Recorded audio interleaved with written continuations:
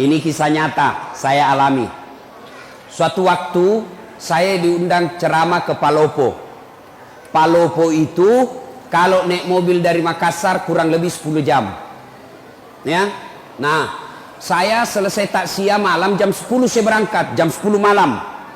Begitu saya naik mobil, salah satu nikmat yang Allah berikan, saya gampang tidur. Gampang betul tidur. Kalau saya naik pesawat, belum terbang saya sudah tidur. Itu kalau saya naik mobil, kalau saya sudah baring, karena saya di belakang sopir, saya tidur. Tidur saya. Nah, sampai di kampung namanya Kera, itu gunung, hutan, tidak ada rumah. Tiba-tiba singgah itu mobil, jam 1 malam. Jam 1. Singgah mobil, kaget kak, mana ini sopir ini? Moto kato, mana sopirnya? Oh kuliah, oh kencing. Dia turun dari sebelah kanan, kencing dia. Saya turun juga, moto kak kencing deh. Turunlah saya, kencing juga. Begitu saya kencing, saya bayangkan, sekalinya ini sopir dia tidak tahu kak saya turun, matilah saya ini. Ternyata betul. Saya lagi kencing, tiba-tiba ini sopir napa lari otona. Nah salaika oto. Langsung lari setereku. Itu belum dia habis kencing. Ku lari kak, woi salaika. Apalagi dia sudah tutup kaca mobil, lari. Jam 1 malam. Saya telepon, tidak ada HP. Selama perjalanan itu saya tinggal di jalan. Semua mobil saya kasih singgah, tidak ada yang singgah. Yang mau ke Makassar saya kasih singgah, tidak ada singgah. Saya mau ke Palopo, tidak ada singgah. Kenapa? Dia kira kak mungkin pocong. Kenapa? Saya pakai putih-putih, songkok putih, baju putih, sarung putih di tengah hutan. Nah kira kak pocong. Saya mau bilang, mau kak di tengah-tengah jalan begini. Nanti ku bilang, nah kira betul kak pocong, nah tabrak kak. La haul, nah kenapa lah ustaz sih?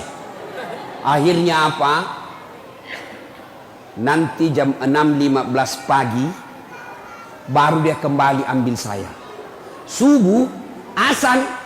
Saya bilang, ini kalau pintar ini sopir, kalau azan subuh pasti dia baru kasih bangun kak. Betul azan subuh dia balik. Ustaz, subuh nih. Nggak ada ustaz. Langsung dah balik mobilnya nak kasih kencang. Sampai akhirnya jam 6.15. Basah bu saya karena gerimis. Saya sholat di pinggir jalan hutan. Tidak ada satupun yang ambil saya.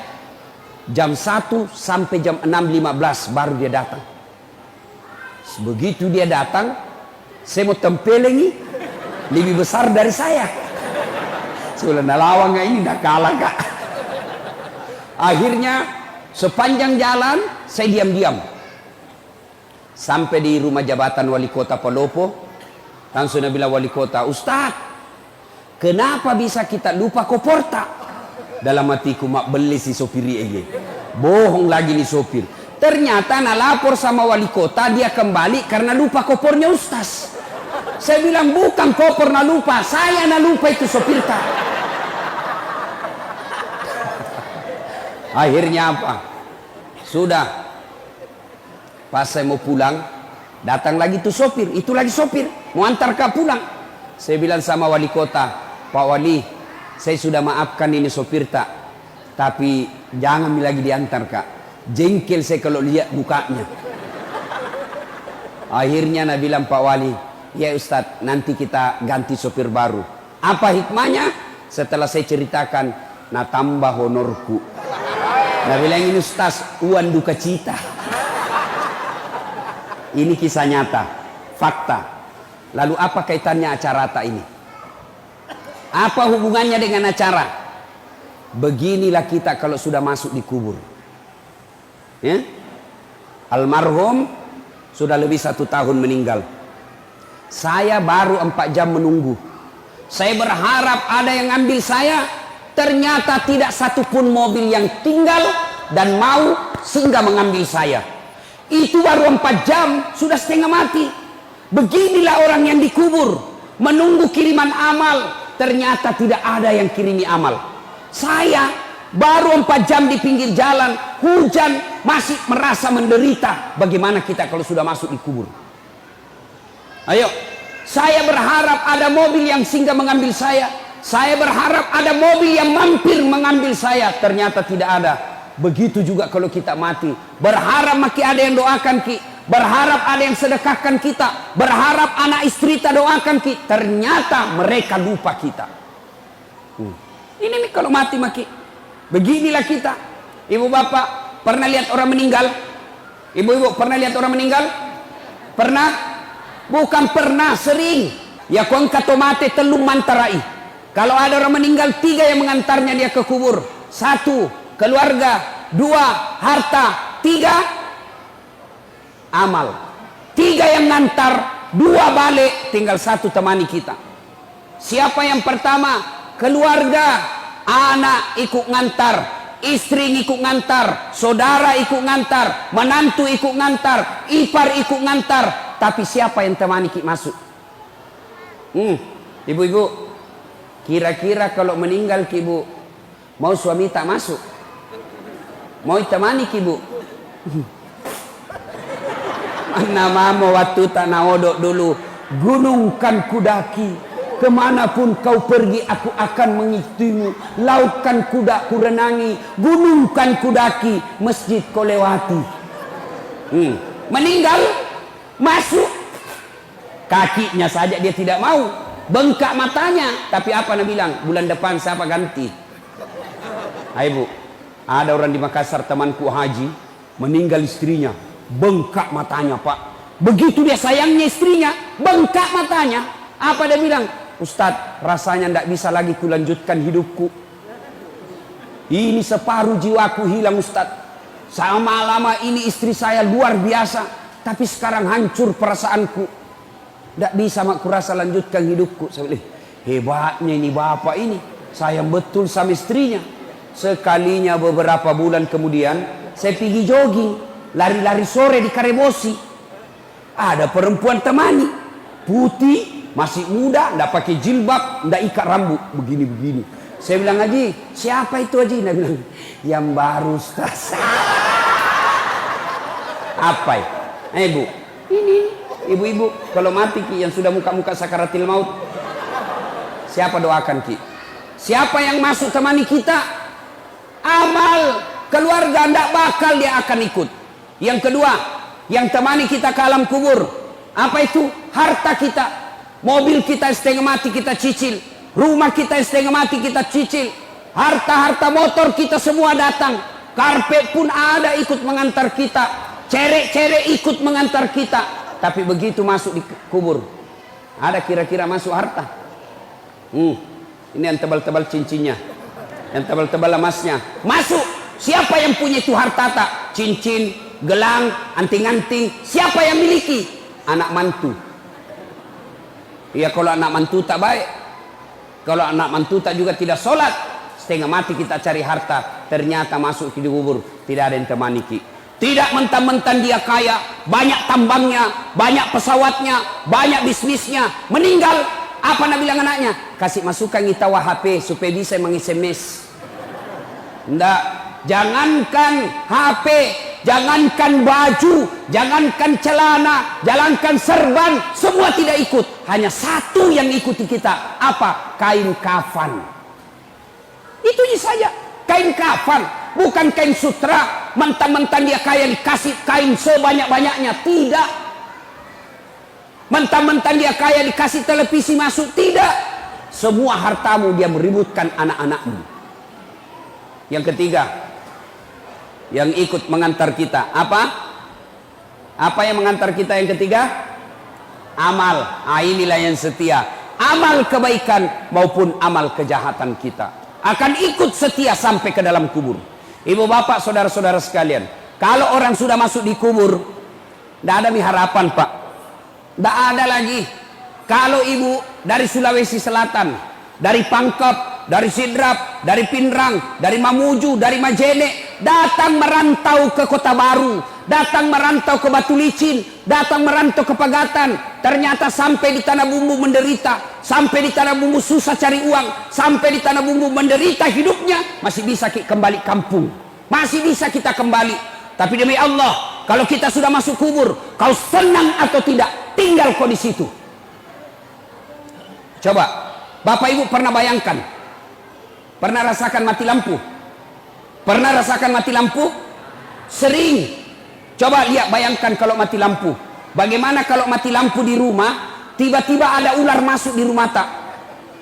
Ibu-ibu, bayangkan kalau lagi mati lampu, tiba-tiba ada ular masuk di rumah ibu. Menderita. Ula, turun iki, ula balu. Padahal itu rumah masih lebar. Dia masuk dari pintu itu, kita bisa keluar dari pintu sana. Rumah tak masih lebar, lampunya masih bisa dinyalakan. Mati lampu, masih bisa kita pakai lampunya HP tak. Masih bisa kita riak, tolong kasih, tolong tetangga ada ular. Masih bisa kita cari batu cobek, lempar itu ular. Tapi nanti kalau masuk di kubur, mati lampunya bukan 1 hari. Ditindis batu, ditindis tanah, lebarnya hanya setengah meter 30 cm, panjangnya 1,5 meter, ditindis batu. Pada saat itu tidak ada lagi temani kita kecuali amal. Maka saya heran kalau ada orang sudah tua masih juga tidak baik akhlaknya, masih juga tidak memperbanyak amal, mari ngerak kombo. Saya heran orang taksia belum juga baik agamanya, datang acara haul, datang acara keagamaan, pulang masih tidak baik agamanya, maka itu orang sudah mati hatinya. Nah ibu bapak saudara-saudara sekalian, masuk di kubur, yang pertama diperiksa sholat. Kotama niki buru pak, bukan dulu diperiksa puasa, bukan haji diperiksa, bukan zakat yang pertama diperiksa. Apa yang pertama diperiksa ketika masuk di kubur? Sholat. Makanya sholat harus kita jaga baik-baik. Begitu para malaikat, para pengantar sudah kembali, dalam hadis dijelaskan, pengantar sudah pada kembali, pengantar jenazah, yang leman taraki, bahkan kaki yang terakhir masih didengar, datang malaikat. Tanya 5 perkara, 5 pakutanana malaikat. Kalau baik sholatnya, tidak usah bingung, sholat yang akan jawab pertanyaan kita. Nah, sudah didokok nih, dibungkus ki. Ada orang meninggal ibu, ya. Ada orang pulang ceramah, dengar takziah, penjual gogos. Tahu gogos? Tahu gogos pak? Tahu toh? Nah bilang sama istrinya, bu, besok-besok kalau saya mati, jangan mau kubungkus ke kain kapan. Banyak sekali pertanyaannya malaikat. Jadi apa pak?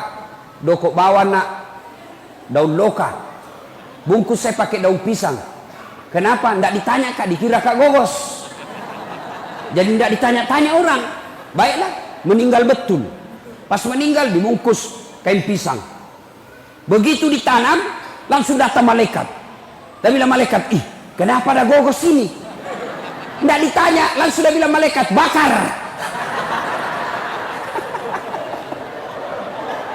Dek, dari tanah langsung menitunuh. Bapak saudara-saudara sekalian. Nah, orang itu menghadapi sakaratil maut sebelum kita masuk di kubur. Sakaratil maut dulu kita hadapi. Orang menghadapi sakaratil maut macam-macam. Ya, pernah lihat orang sakaratil maut? Coba lihat itu. Saya, kalau ada orang meninggal itu siapa dipanggil? Siapa? Ustadz. Makanya jangan pandang enteng itu ustadz. Karena kalau mau mati siapa dipanggil? Pak Camat. Tidak tahu mengaji. Siapa dipanggil? Kepala dinas. Oh lari. Siapa dipanggil? Ustadz. Makanya jangan kau pandang enteng itu ustadz. Karena ada saatnya sakaratul maut kau, dia yang tolong kau. Adalah orang meninggal. Coba lihat macam-macam itu orang meninggal pak. Ada orang saya lihat orang sakaratul maut. Madang nasa ngogi Kan macam-macam itu orang sakaratul maut. Kata Nabi, orang kalau sakaratul maut, biar kau kasih air seluruh yang ada di lautan, tidak akan mengobati rasa hausnya. Haus, madak atau ke madak ibu. Makanya lihat orang sakaratil maut, naik turun itu tenggorokannya. Coba lihat itu. dibacakan syahadat. Syahadat kok. Bahkan ada di Sulawesi Selatan ibu-ibu 1 minggu sakaratil maut enggak mati. Ingat, kalau ada orang lama sakaratil maut berarti lama disiksa itu. Saya kasihan. Saya datangi, saya bacakan Yasin. Bismillahirrahmanirrahim. Yasin. Langsung dibangun ibu. Pergi kok. Dan lempar kak botol aqua. Jangan mengaji sini, panas telingaku. Salai. Barusannya ada orang saya ngajikan panas telinganya. Saya ulang lagi. Bismillahirrahmanirrahim. Yasin. Lempar kak lagi. Basah bajuku. Saya tinggalkan. Saya bilang, peringatan ini. Saya tanya anaknya, pintar jitu mengaji mama tak? Dia bilang, itu ustaz mama ajiku. Tidak nak tahu memang mengaji kasihan. Haji tidak nak tahu mengaji. Banyak haji begini sekarang. Saya seandainya menteri, maka syarat menunaikan ibadah haji, lancar ngaji. Pasti turun pendaftar.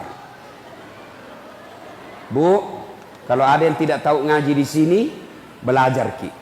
Belajar ki. Masih sakit tuh komate ki nadek tesing mengaji. Kenapa? Wawancaranya nanti di akhirat. Pernah ki lihat orang wawancara? Di akhirat nanti kalau diwawancarai ki malaikat, tanya jawabnya malaikat bukan bahasa Bugis, bukan bahasa Jawa, bukan bahasa Indonesia, tapi apa? Bahasa Al-Quran. Jadi kalau dia tidak tahu mengaji, tidak tahu nanti kalau ditanya. Maka belajar ki. Matuan ini ustaz, masa masuk ke TKTPA? Jangan maki masuk TKTPA. Masa mau ki dilantik? Bagaimana caranya ustaz? Panggil raja masjid di rumah tak, suruh ajar ki. Majelis taklim yang kita itu mestinya 1 kali sepekan ajar ngaji. Bukan cuma dengar ceramah, ajar ngaji. Kalau ibu meninggal tidak tahu ngaji, masih sakit itu masih sakit, ajak lalu. Jangan lalu ki bilang wita topi na witai. Wita totu belajar ki mengaji. Wita tu wita. Nah, ibu bapak saudara-saudara sekalian, maka seluruh pengantar balik, maka datanglah malaikat. Bertanyalah ini malaikat, Marabuka, siapa Tuhanmu? Kalau baik solatnya, solat akan berkata, mundur kau. Dasat, mundur. Selama kau hidup, kau pelihara solatmu. Sekarang saya pelihara kamu, saya yang jaga kamu. Marabuka, siapa Tuhanmu? Solat kita menjawab, Allahu Akbar. Mungkar geling kepala, itawa jagonya barusan kuda apa ini. Ditanya lagi, man nabiuka, siapa nabimu?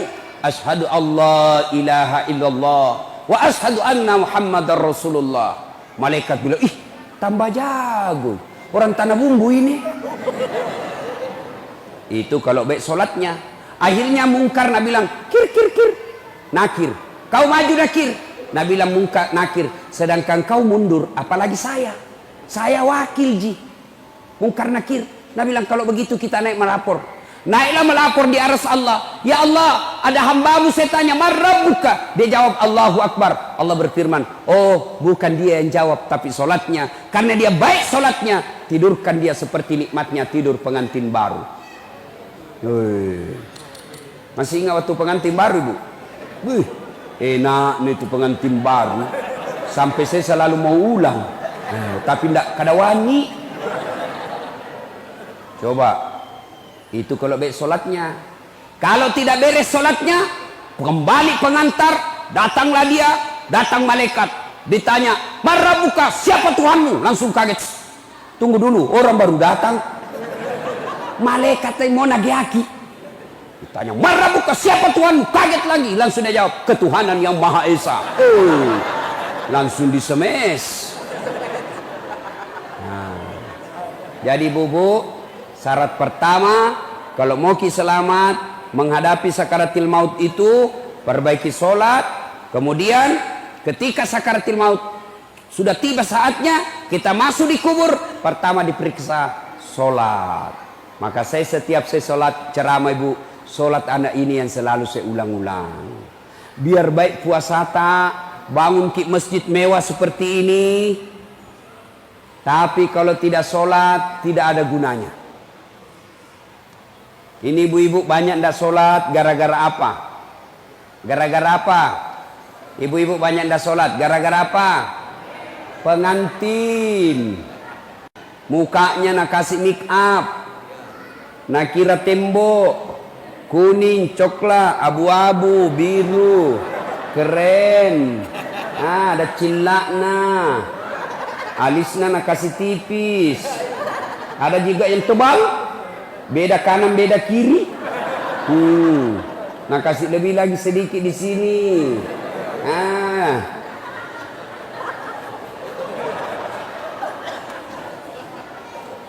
Apalagi banyak ibu-ibu ndak sholat. Gara-gara apa?